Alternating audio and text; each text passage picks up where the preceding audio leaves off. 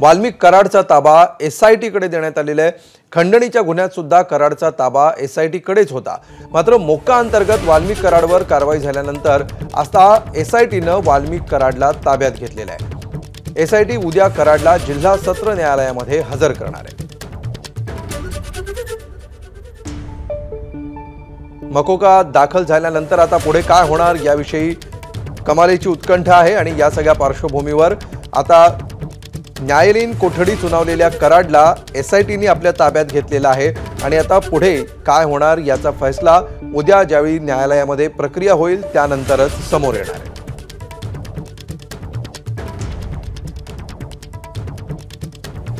खंडणीच्या प्रकरणामध्ये अधिक तपासासाठी आज पोलिसांनी पुन्हा एकदा कोठडीची मागणी करण्यात आलेली होती।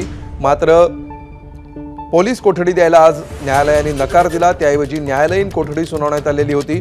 त्यानंतर वाल्मिक कराडवर मकोका दाखल झाल्याची बातमी आली आणि या मकोकाचा आधार घेत SIT ने पुन्हा एकदा वाल्मिक कराडचा ताबा मागून घेतलेला आहे। अधिक माहिती घेऊया, आमचे प्रतिनिधी कृष्णा केंडे सध्या आपल्या सोबत आहेत। कृष्णा, आता वाल्मिक कराडचा ताबा SIT कडे असल्याची अपडेट्स येते, काय नेमकं घडतं याबाबत?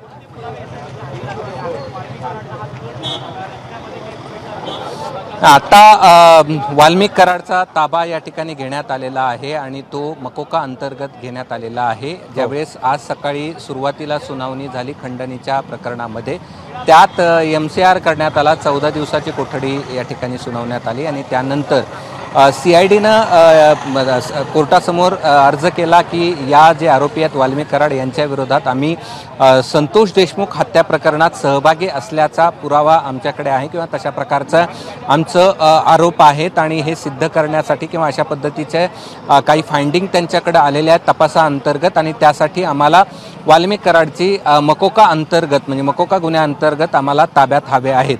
यात कोर्टासमोर मग कोर्टाने त्यांना ताब्यात देण्यात आलेला आहे आणि आता वाल्मिक कराड हे 2 प्रकरणामध्ये CIDच्या ताब्यात आहेत। एक म्हणजे खंडणीचा गुन्हा आणि दुसरा संतोष देशमुख यांच्या हत्येच्या कटामध्ये सहभाग असल्याचा या ठिकाणी दुसरा मकोका अंतर्गत गुन्हा। आता या मकोका अंतर्गत गुन्ह्यामध्ये आज या ठिकाणी त्यांना ताब्यात घेण्यात आलं। उद्या पुन्हा याच कोर्टासमोर हजर करण्यात येईल आणि का आमच्याकडे काय नेमके पुरावे आहेत जेणेकरून संतोष देशमुख यांच्या हत्येच्या कटामध्ये यांचा सहभाग आहे हे या ठिकाणी कोर्टासमोर मांडलं जाईल आणि त्यानंतर कोर्टाकडून पुन्हा एकदा कस्टडी मिळवण्याचे या ठिकाणी CIDचे प्रयत्न असतील। दुसरीकडे पहिला जो गुन्हा होता ज्यामध्ये खंडणीचा गुन्हा होता त्यामध्ये मात्र कोर्टाने आज MCR केलेला आहे आणि MCR अंतर्गत आता जामिनासाठी देखील अर्ज केलेला होता म्हणजे आरोपींच्या वकिलाकडून। निश्चितपणे ह्या सगळ्या प्रक्रियेवर आपलं लक्ष असेलच। कृष्णा, तुझा धन्यवाद या सविस्तर माहितीबद्दल। खंडणीच्या गुन्ह्यात कराडचा ताबा सध्या SIT कडे आहे आणि याविषयीचे अधिक अपडेट्स आपण घेत राहू। ABP माझा, उघडा डोळे बघा नीट।